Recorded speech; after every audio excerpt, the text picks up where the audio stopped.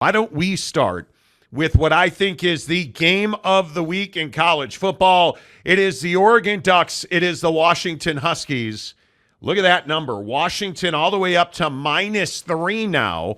The number is 67, and I thought today going into this show that we would be wondering if Washington is getting the respect it deserves. Well, the boys in Vegas certainly are paying them that respect. Now, does 3 points in Vegas mean much? Well, it does. It means this is a dead even game because most games home teams get that 3 points. My question is, how good is Oregon?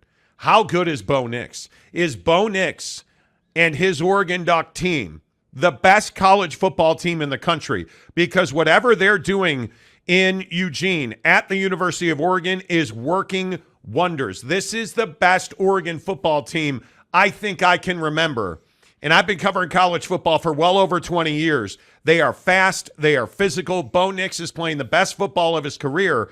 Jake, are the Oregon Ducks the best college football team in the country? Yeah, I think that's tough to say because they haven't had the opportunity to beat some of the best teams in the country. And sure, they face some good teams on their schedule, but the hard part is they're not at that part of their schedule yet. Now, obviously, most people consider Washington to be in that top cut of teams, whether it's the AP Top 25 or just nationally. Like, Washington is a well-respected opponent. And so I think a win here would go a long way. I would not have Oregon as the best team in the country. I still think to be the best team in the country, you would have to beat, let's say Georgia. Last year you had that pretty bad showing against Georgia, and I think that, when we try to compare Oregon to the big boys in the SEC or maybe, Ohio State, let's say, or Michigan or even Penn State with that defense, like I think that Oregon can hang with any team physically, but I don't know that Oregon can hang with Georgia or Ohio State,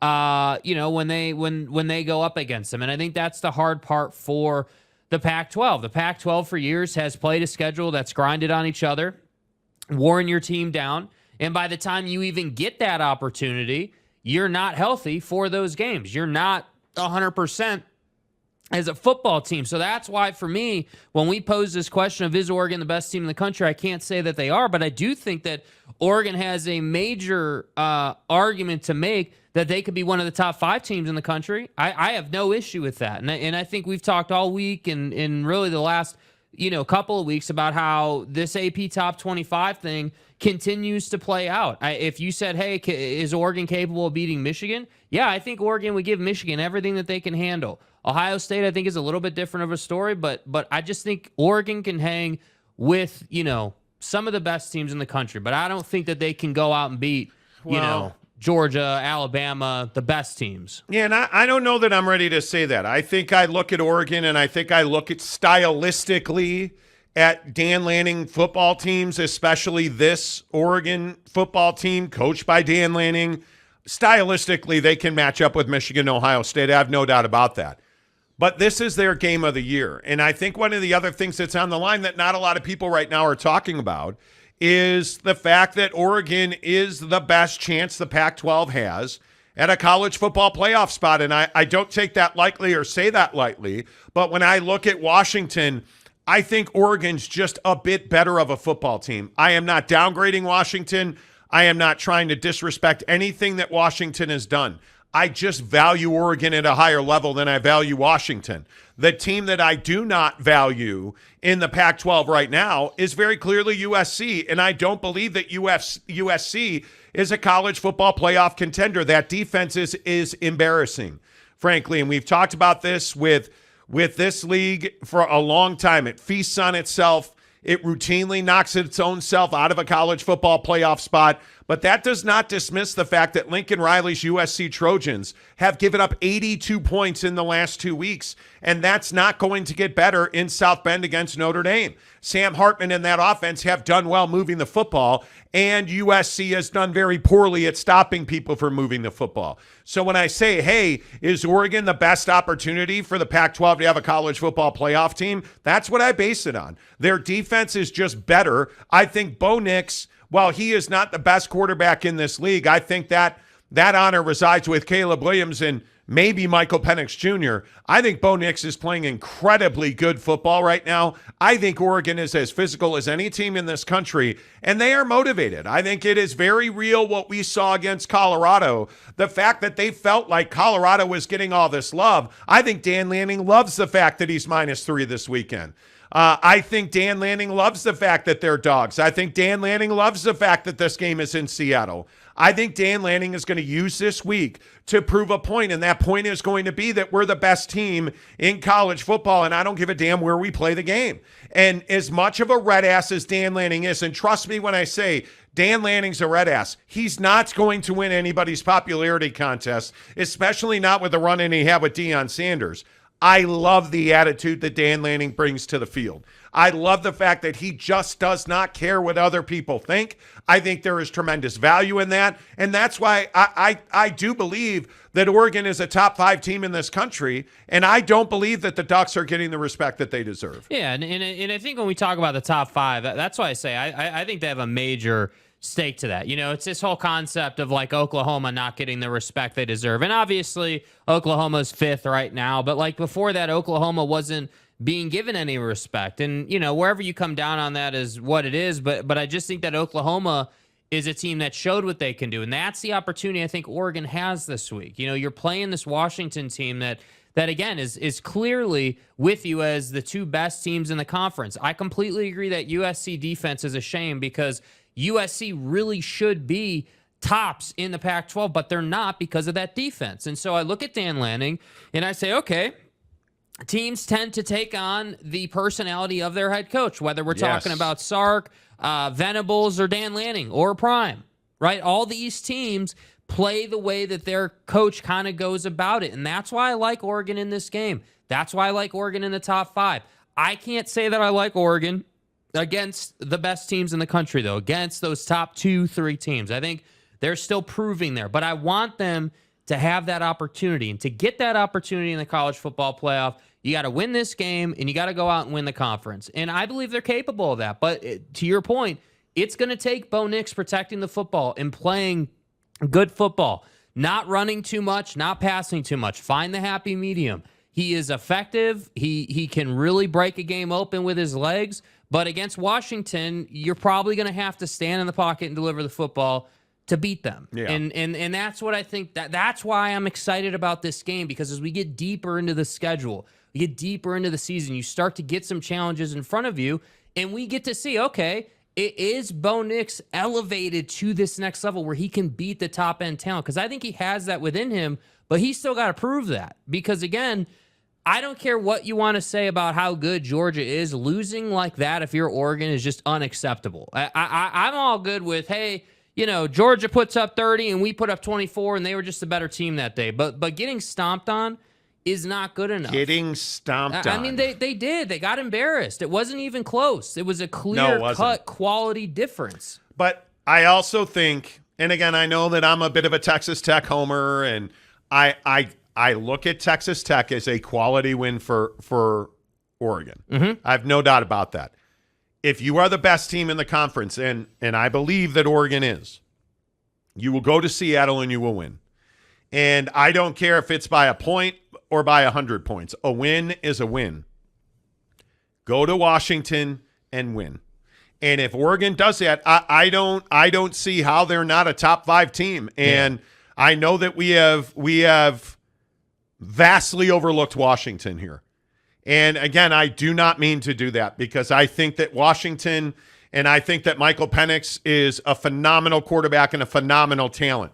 And these 2 teams, sure, we can use cliches. If they played 10 times, each one would win 5 times. Okay, great. My feeling is if they played 10 times, Oregon's going to win 6 of them. Washington's going to win 4 of them. 100%. And I think that's the difference between these 2 teams. I hope that we're gifted with a game where it comes down to the last possession in a really hard-fought Notre Dame, Ohio State type football game.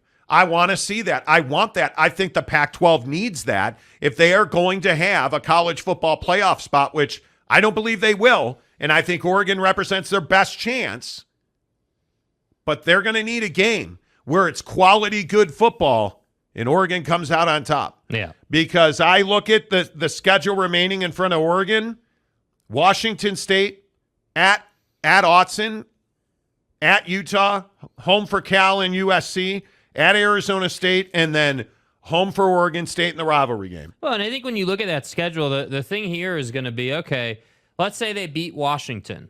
Then having to play Washington State, that's a trap game if I've ever seen one. Hey, you just beat your nemesis in the conference, and now you got to go out and beat a team that never gets the credit they deserve, has this high potent offense, this quarterback that has no problem driving the football down the field. Like that's what you have to be careful with in the Pac-12. And yeah, ending your season with Oregon State is no gimme, right? Oregon State puts up a big-time fight, but that's why I say, if you got to win this game for the rest of those games to mean a damn thing. Yeah. Because if you lose this game, nobody cares. And I just think Washington has an incredibly difficult road to hoe here. Mm-hmm. I think that, I'll go back to last week with Oklahoma, who I still think is not getting the credit they deserve. I think they have the best resume in the country.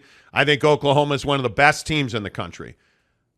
Their run now to the college football playoff is going to go through the Big 12 championship game. I can't say the same thing for Oregon, and I certainly can't say the same thing for Washington, who I would remind you has Arizona State, at Stanford, at USC, Utah, at Oregon State, and they finish at home with Washington State. Good luck, because you're gonna be feeling the Oregon game for another week to 10 days. Seriously. And I think you are probably going to go home, and you're going to stay home rather and kick the crap out of Arizona State. Okay, cool. But Stanford, that's a lookout game. But then you got to go to SC. You welcome Utah in. You go to Oregon State, and then you finish with Washington State. Those are 4 out of the 5 best teams in the conference. You got to finish your schedule with them. Yeah. And I maintain that's asking an awful lot. I maintain that USC, and again, there's all this, I guess, controversy around, Utah and everything right now, but Utah's still got a damn good defense, and Utah's more than happy to go on the road and get a victory. And I think that Washington, again, it's the same thing, man. Like, again, that's why I say, as a college football, not only as someone who covers college football, but as a fan, man, looking at these schedules, these are the kind of games you look forward to, right? Like, just the same way that, Texas and Oklahoma was that game, this is that game in the Pac-12. And I don't want to come in here on Monday and there be some kind of confusion about what happened in this game. This is a national TV game. What is it, 1:30, I think you said? No reason for Buddy, the soccer writer on the East Coast, not to have watched this game. To your point, this is the game of the year in the conference because everybody's going to watch. It's 2 of the best quarterbacks in the country, Bo Nix at Oregon, Michael Penix at Washington. It's 2 of the best teams in the country, Oregon and Washington, both ranked in the top 10. This is probably for supremacy for a good stretch in the Pac-12. Like, you look at the gravity of this game. It's not what Texas and Oklahoma was. That was for college football playoff. That was for conference championship. This game is for, in my opinion, this game is for supremacy in this conference. And I think the only way that the Pac-12 gets a spot in the college football playoff is if Oregon wins this game. Because I think Washington's schedule is simply too much to bear. And I don't think people nationally respect Washington the way they do Oregon. I still think that Oregon's brand is stronger nationally than Washington. Now, I'm not saying there's this huge gap. No. Right? People know Washington. Like, it's no secret what Washington can do. But I just think when you think about, Dan Lanning and, like, the way they play football. You think about Phil Knight. Yeah. You think about Nike. Oregon uniforms. You think about, like, it's Oregon, man. Yeah. And again, the reality is what it is. Washington is not the brand that Oregon is. They don't have the power that Oregon has. And I do think that there are politics involved. The PNW is just a different kind of country. Mm-hmm. And like Oregon and Washington, and it's just a different world. And it's special and it's unique. And it's Oregon's world until somebody takes it from them. Yeah. Can Washington do that? I don't know. I happen to think that Oregon's a little better. This is going to be a hell of a football game. This is why we watch college football. Yes. This is why we love college football. It's that game. where you build in time to make the brats. You build in time to smoke the wings. Yep. You build in time. You took an earlier tea time because Washington and Oregon are playing. 100%, dude. Right? That's what this game is about. It is big game football. It is everything that you want. Yes. And it is one of the final big games in the Pac-12. Ever. And I'm here for it.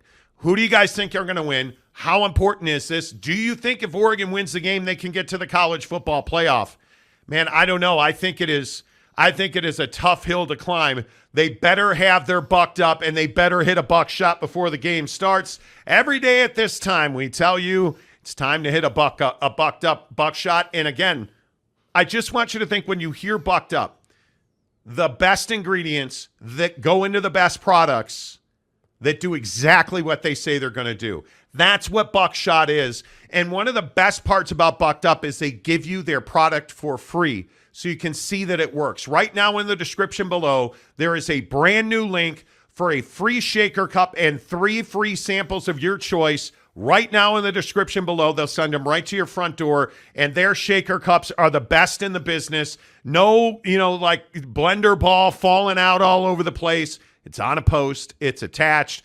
Any color combination you like, go get your free Bucked Up shaker. Go get your 3 free samples in the description below. And if you got them, let's hit them right now. The Buckshot to power us through the rest of the day. Cheers to you, friends. Ah, yes, Buckshot. You know what Buckshot is? Guys, it's 200 milligrams of naturally derived caffeine with a whole bunch of brain food in a bottle that doesn't give you a huge spike and a big crash. No, you just feel better. It elevates your mind. That's the thing I love about Buckshot. It elevates your mind. It gives you that bump of energy. So if you got a long drive, if you're tired and you still got to make one more conference call or a presentation, you got to finish a pivot table, hook it up. Maybe you've got another hour and a half to go on your shift and you just want to get through it. Hit a Buckshot. Feel the boost. Get yourself home. Make every day the best possible day with Buckshot from Bucked Up. Make sure you tell them you heard about it on the Monty Show. Get to buckedup.com and always use the promo code Monty20 to save 20% off at checkout. Let's see. Who's the first one in today? You guys, by the way, we were talking to an office mate of ours today, and I want to make sure I say this to you guys, and I say it a lot. I don't take it for granted. I don't take you for granted. We love doing this show every day. You make it possible. All of your comments, the fact that you hit the like button, the fact that Commissioner Salty Drunk is here breaking our balls about AR-15 and Josh Giddey's greatness. We love that. The fact that you're members of the show, that we talk about our prize picks, and my heart breaking last night over my loss again on freaking prize picks. I don't take that for granted because we have a great time doing it. And without you guys being here, we wouldn't be talking sports, right? We wouldn't have 300 people watching the show. We wouldn't have 600 comments already in the bank. Thanks for being here, man. We really appreciate you guys being part of the show, just like Lance Johnson is for $5. Seriously, Oregon, the hoe have they played? Okay. Texas Tech, close. Port State, Stanford, CU, and some other pud. Come on, man. But here's the thing. They may have played those teams. And I would agree with you that Oregon has a light schedule. But who's the number 1 team in the country right now? Georgia. They have a really light schedule. Who doesn't have a light schedule, man? Oklahoma and Texas don't have light schedules. Yet Oklahoma is getting disrespected. And I tell you, I look at Oregon's win over Texas Tech in the second game of the year.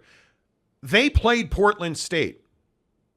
Anybody remember the score of the Portland State-Oregon game? It was 81-7. Oregon beat Portland State 81-7. Bro, what are you talking about, man? It wasn't 27-21. They didn't sputter. They didn't come out slow. They beat Portland State 81-7. They went to Lubbock and won 38-30. They beat Hawaii 55-10.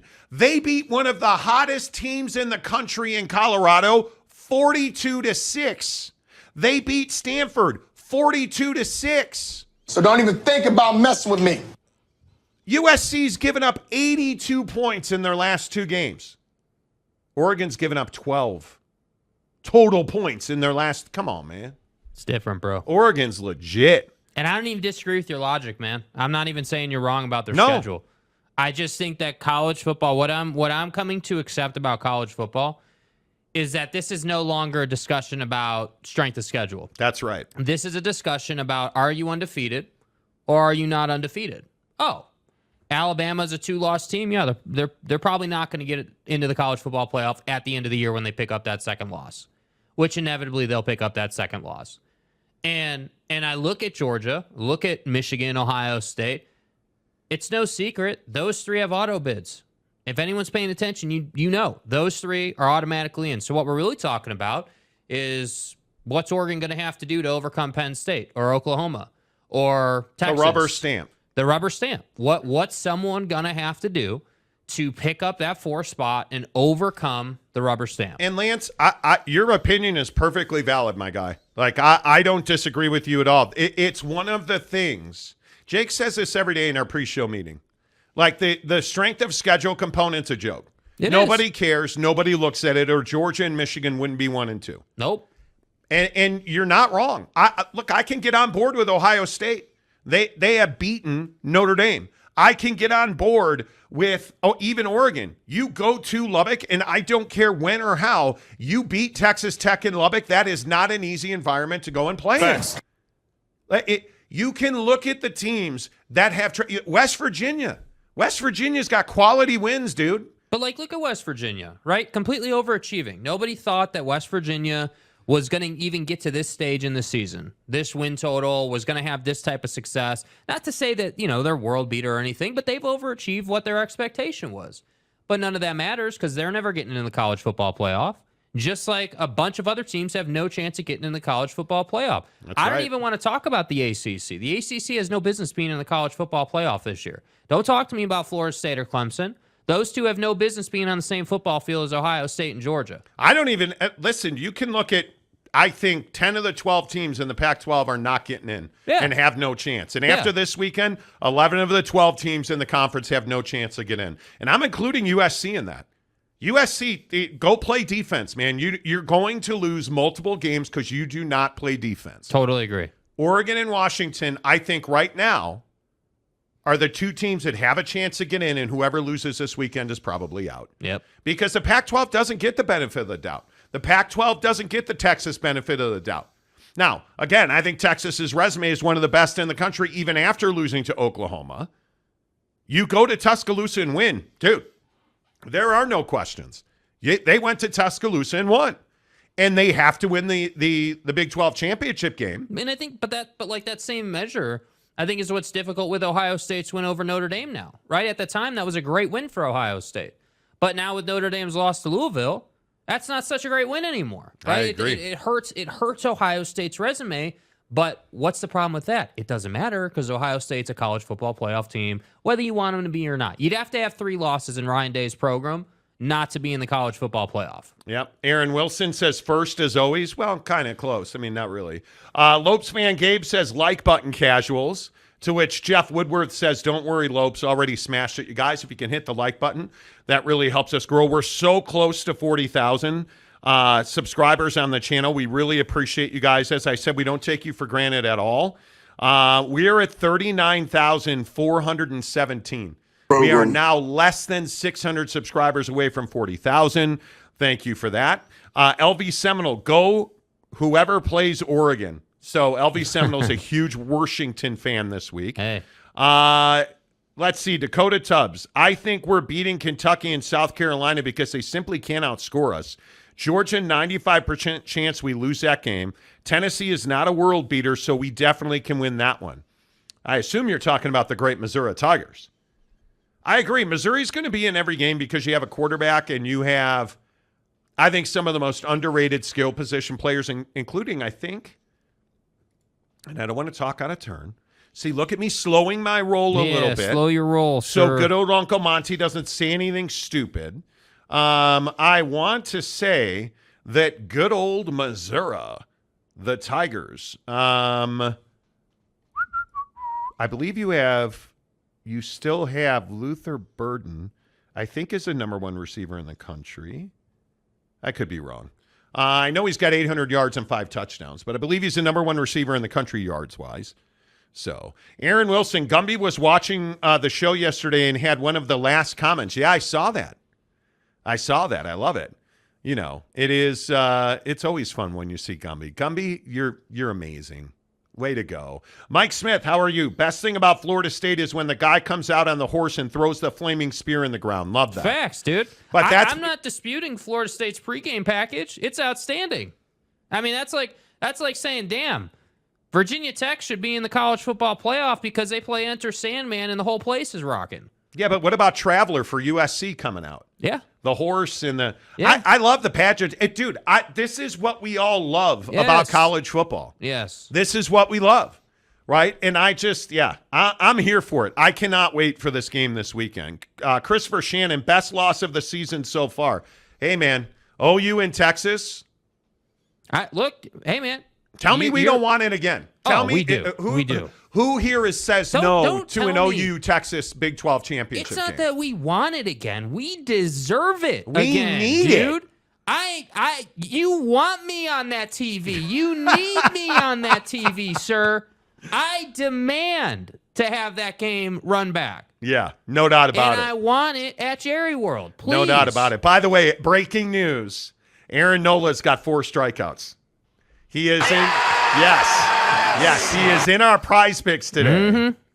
And as you guys know, it has not been the best journey on prize picks for old Uncle Monty. I won last night. But, I don't know what you're talking about. But I've got a big prize play today, and I can tell you Matt Olson's already got a base hit, so I'm in good shape there. Yep. Jake's got Aaron Nola and Austin Matthews to go 9.5. Which is looking real nice right now. On strikeouts and shots on goal, which we hit huge last night. Yeah. With Connor Bedard. Yes. I need Aaron Nola to have 6 strikeouts. He's got 4 already. I'm in good shape here, man. All I need is 3 more strikeouts from Aaron Nola. I guess it'd be 2. I got to take my shoes off to count to 6. He's got 4. I need 2 more out of Aaron Nola because I've got him finishing off my Aiden Hill, Sonny Gray, Nathan Eovaldi, Aaron Nola trifecta from yesterday on Prize You're in a Picks. great place on that one. But this is Jake's Prize Picks for today. So Aaron Nola, you're in good shape. You're already almost halfway home there. Yes. Lance Lind and Brandon Paft, I don't love that one. Joe Ryan and Jason Hayward to have 1 strikeout. I love that. Okay, I've got Uraquidi and Joe Ryan to allow a first inning run. One of those 2 scrubs needs to give me a first inning run. Has to. Matt Olson, like I said, already has a base hit, so he's at 1. So I just need a run or an RBI. Good shape.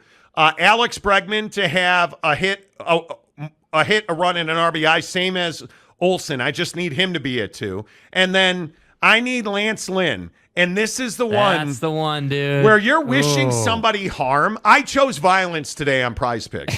When you choose Lance Lynn to give up 4 or more hits, you're hoping for somebody to go bad. Mm-hmm. And I always tell you guys, when you come out wishing for somebody to fail, it is the longest game of your life because that's almost always. Lance Lynn will throw hopefully a 7-inning no-hitter and then – or let's call it a 6-inning no-hitter, and then he'll give up 7 runs on 5 hits in the 7th. Yeah, you remember the old Spencer Strider take earlier this season. Yeah, Lopes fan Gabe. Yeah, Lopes fan Gabe comes out and says, oh, well, there's no way Spencer Strider's going to have 9 Ks tonight. What did he Never have? happening, bro. Yeah, let's see. He had 7 innings and 13 Ks. And the worst part of it was Lopes fan Gabe was like, look, if he strikes out 10 guys, I'm fine with it. It's a good loss, kind of like Texas. And I was like, yeah, you know what? That's a really good point. If Spencer Strider strikes out 10 guys, just pat him on the back and say, take my money, you little jerk. Yeah. And he struck out 13 guys, and I felt terrible about it, and I wanted to punch Lopes fan Gabe right in the solar plexus. Yeah. You know. Okay. And what a great way to be celebrating Derek Roche as our newest member. Let's go, baby.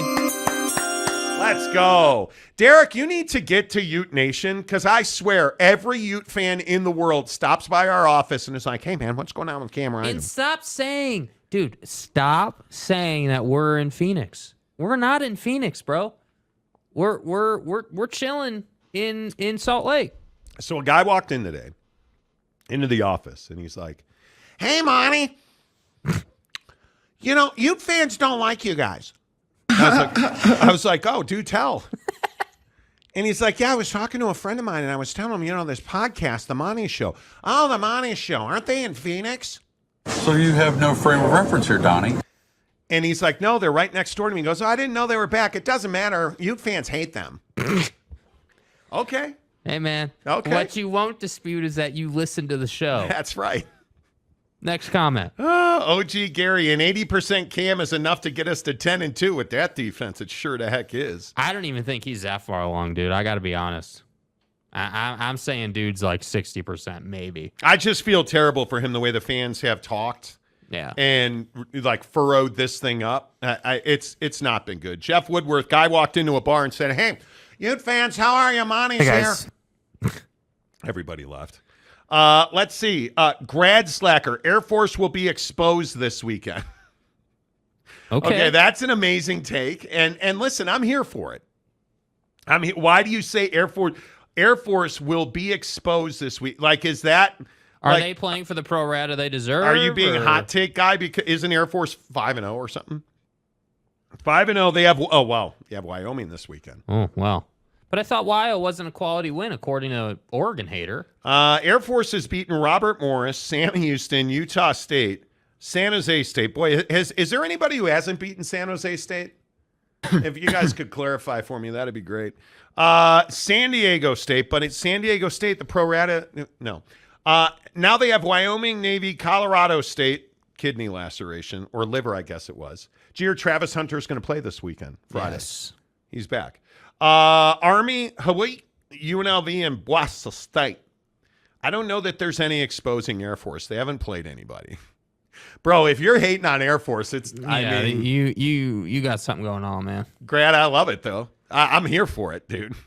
I am here for it. Bob Holsey, the pocket he's trying to say rocket. Pocket Rocher. Hey. See what he did there? It's like pocket rocket, but it's pocket Rocher. I still believe bodacious, this Cinderella story will be over Saturday night. Do you believe? Apparently not. LFG. I like Wyo and Air Force, but hope the Pokes win. What? Where are we at in society today? Well, we're talking about Wyoming and Air Force. Where are we at in society today? It's fine. It's fine. Derek Roche, I just updated my payment, LOL. That's my guy. Let's dude. Go. When we get merch that we're never getting, we'll make sure to take care of you. Yeah, dude. Johnny Gonzalez, Cam Rising back next season to transition the Utes to the Big 12. Dude, he's 20. We've talked about this a lot. And Utah fans and really everybody, I'd love to get your opinion on this. Cam Rising's 24 years old. Mm-hmm. It's not like this cat is young. It's not like he's looking for, like his junior season. He's 24 years old. Time to go to the combine. I don't see that there is he's going to be back next year. I truly don't believe that that's the case. I really don't. I don't know if I'm advising Cam Rising, I'm sending him on his way. Yeah. Like with all due respect, man, you're 24 years old. I mean, how many 26-year-old quarterbacks are huge draft picks? That's Stetson Bennett. Come on. But that's a very and hopefully he doesn't get arrested for being drunk. But anyway, that's not really the point. SRT Georgia is very different. Right. I would just tell you that I think it is. He needs to move on, dude. Yeah. It is what it is. Yeah. It's Kyle business. A says, I'm a Ute fan and I like you. Oh, I like you Thank too. you, Kyle. I like you too. OG Gary disagrees. 3 months away from being 100%. He's been rehabbing for 9 months. That's surely 80% on the dot. I don't know that he's 3 months away from being 100%. Yeah, I don't. Nobody has said that, though. Dude, the 12-month thing is just an estimate. I mean, that's just a general measuring stick for how long it takes. I mean, there's been plenty of guys it's taken 14, 15 months. I mean, I think we don't know what it looks like. What I will say is having him on the field pregame in pads is not a great look. I think there is some justifiable frustration. Yeah. And I think it is one of those things where I just feel like this Cam Rising thing got out of hand with fans. But the thing is, don't make it out like Cam tried to like trick you or something, or Cam did something. Or Cam Kyle didn't do Whittingham was anything. lying to us. Yeah, Kyle didn't lie to you, dude. Come on, guys. Yeah. I understand passion and I understand heat. Yeah. When we start the Kyle Whittingham lied to us. Okay. Come on. Come on now. Let's be better than that. Jeff Woodworth, I can't wait to for the Beavers to be exposed. Yeah, nothing like, nope, not playing your game today, sir. I'm not playing your game. Brandon Butler, what's up, my Blackhawk guy? How about Connor Bedard last night? Baby. Connor Bedard, baby. Another big game for him tonight, too, man. Philadelphia. Brandon Butler, I honestly hope Cam doesn't play this year and takes his time to get healthy. Yeah. I just want what's best for him. I do. Geoff. Hey, yo, man, how the heck are you guys? No, friend, how are you? Good to see you, Geoff. Go Cubs, not Angels. Shohei Ohtani as a Dodger. Geoff's a huge Angel fan. Every time I think of Shohei Ohtani, and Geoff, you're in my head. You're kind of living rent for you and your Angel fan. Why? You and your Angel fandom are living rent free in my head.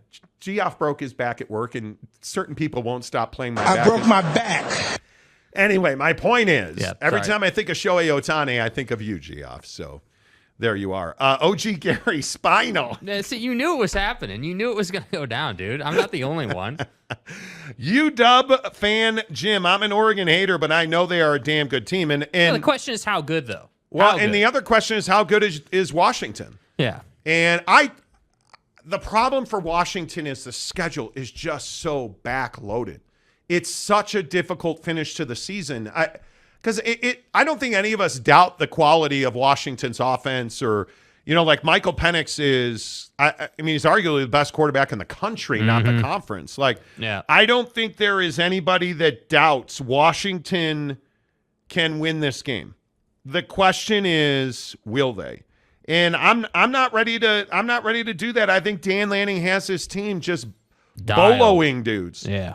And I think they really love kicking your ass. And I just think that when you have a team like Oregon, they just want to hurt you, man. Like they don't have pity for you until the game's over. Yeah, that's the thing about Oregon is like they yes, obviously they want to win every game, but that's not the initial. That's not like where it stops. Like it's like, okay, yeah, we want to win the game, but we want to win the game by imposing our will physically and just torching you and disciplining and punishing you on the football field. And I think that's what makes them a little bit different. Now, again, the question of the show today is Oregon the best team in the country? And no, they're not the best team in the country, but they're right there. And the question is, how far will they go until they meet their match? Meaning, okay, I would expect you, if you're a team that's capable of getting to the college football playoff, you should win this game. That's just the truth of it. And it's not an easy game. Not saying it's going to be an easy victory. This could very much be a one-possession game. Like, probably should be a one-possession game in the end. But Oregon, if they're that team, should win this game. And I think they are. And just looking at some of the predictions, like I think it's one of those deals where you just have to be ready to rock and roll, man. Wholeheartedly. I don't know. You look at, there's people who have got this game is really lopsided. Like, and I mean, you have people that are taking Oregon 38-24 from sportsbookwire.com. Like, I'm just looking at all the national guys picking the game, and it's wild to me. It is absolutely wild to me how many different opinions there are on this game. Like, looking at it last night, I honestly, with these two teams, I think each of them is going to score 28, and then somebody's going to finish the game. I think it's a 31-28 game. I think the hard part is that Oregon hasn't seen a quarterback the caliber of Michael Penix. And I think that his ability to throw the deep ball is what neutralizes a great defense. And so to me, if I'm Washington, I know I'm not winning this game in the A-gap, dude. You're not going to run between the tackles on Oregon. You're just not doing that. And to me, I look at this game for Washington, and if I'm the offensive coordinator of Washington, I'm coming out trying to get Michael Penix in a rhythm early. I'm saying, okay, hey, we need to let's get 2-3 first downs inside of his first 5 throws. Let's work that possession throwing type offense and get him going, because once that happens, then the run game will open up because the backers are going to take a few steps back. Like, that to me is your formula if you're Washington. But if you think that you're going to come out in that first possession and turn around and hand it off and Oregon's just going to let you run, you have another thing coming. And that's why I say, like, I agree. This is definitely one of those games. First team to 30 is going to win this thing. But the question is, does Oregon cause Washington to turn it over? Because I think it's a real possibility for that defense. Yeah, it's really interesting that you have 53% of the money is on Oregon to win or cover the 2.5. Yeah. Which is really interesting. And there's so much in that number is moving. It's wild to me. It's wild to me. I mean, you're averaging just under 560 yards a game if you're Oregon. That's so much. It's but again, the crazy. schedule, right? That's where the 81-point, Portland State game comes into play, right? So if you're averaging just short of 560 a game, you're probably 300 yards against Washington, right? Michael Penix is not going to complete 76% of his passes in this game. He's not. Looking at some of the numbers, it's just not going to happen. It is not going to happen, and I think you're gonna be looking at a 34-31, 31-28. You're going to be looking at a game that is going to be really close. And the hardest thing to pick in this game, when you guys look at the number, and the consensus number on this game is now -3 Washington, but look at the 67. Yeah. If it's 34-31, bros, that's 65. Like, I don't see how these two defenses give up 70 points. No. I don't see that happening. I think you're under on this game, but I don't know. We'll have a final prediction for you on Friday morning. By the way, we're doing a morning show on Friday, so make sure that you are ready to rock and roll. It's 7 a.m. Pacific, 10 a.m. Eastern. We will be on Friday morning. So make sure you're there. Christopher Shannon says 34-33 game-winning field goal as time expires. That would be but that that's would be the epic. kind of game Epic. that you. So you see what I mean with that? Like, if you can play that kind of game and win that game, now you're in the headlines, you're in the media cycle, everyone's talking about you. Oregon wins a thriller, right? That builds your resume. So when all those old dudes are sitting around the table at the end of the year, dude, you remember that Washington win for Oregon? At the buzzer, 45-yard field goal. They pulled it out. Like, dude, let's put them in. That's what I'm talking about with Oregon. Watching the Braves, by the way, sorry to be delayed there. Atlanta 1-0 over Philadelphia, top of the third, 2 outs. Aaron Nola laboring a little bit, 43 pitches through 2 2/3, and he will get out of it. No, that's only 2 outs. No, that's only 2 outs, excuse me. I apologize. So 44 pitches through 2 2/3. That's a lot of pitches for Aaron Nola. And now you're going to have to deal with Matt Olson to end the inning. And Nola's a guy that typically in this postseason, he has not struggled much. And it's a little surprising that you look at his 7-inning, 3-hit, 3K gem against Miami last week, and it's a little surprising to see Nola struggling. Now, this Atlanta offense is a lot better, too. So 1-0 Atlanta in the the top of the third. We'll keep you updated on that. RB says Penix is going to be picking himself up off the turf in this one more than once. I agree. Completely. I agree. And that's what I'm saying. That's the signature thing with Dan Lanning teams, especially this Oregon team. Hey, you do what you want, but you will pay a price. And he's counting on that front four to get home and then his linebackers to make plays off of that pressure. That has been their formula for success. Now, against, even the Colorado game, they dominated Colorado physically. Those two shouldn't even been on the same field, in my opinion. But again, that's why I say, and I hate to be repetitive, but that's why this game is so awesome, man. Like, it is truly a measuring stick game. Washington is just as good as Oregon right now. They're both respected. Like, it's equal footing. Let's see who's better. And the college football power index, which is essentially artificial intelligence, it's a computer AI that simulates each game 20,000 times, has Oregon with the win in this game. So if I'm Washington, I'm feeling a little disrespected. I am feeling a little disrespected. 55% of the simulations went to Oregon. So it's not a blowout. I just feel like they're a little better.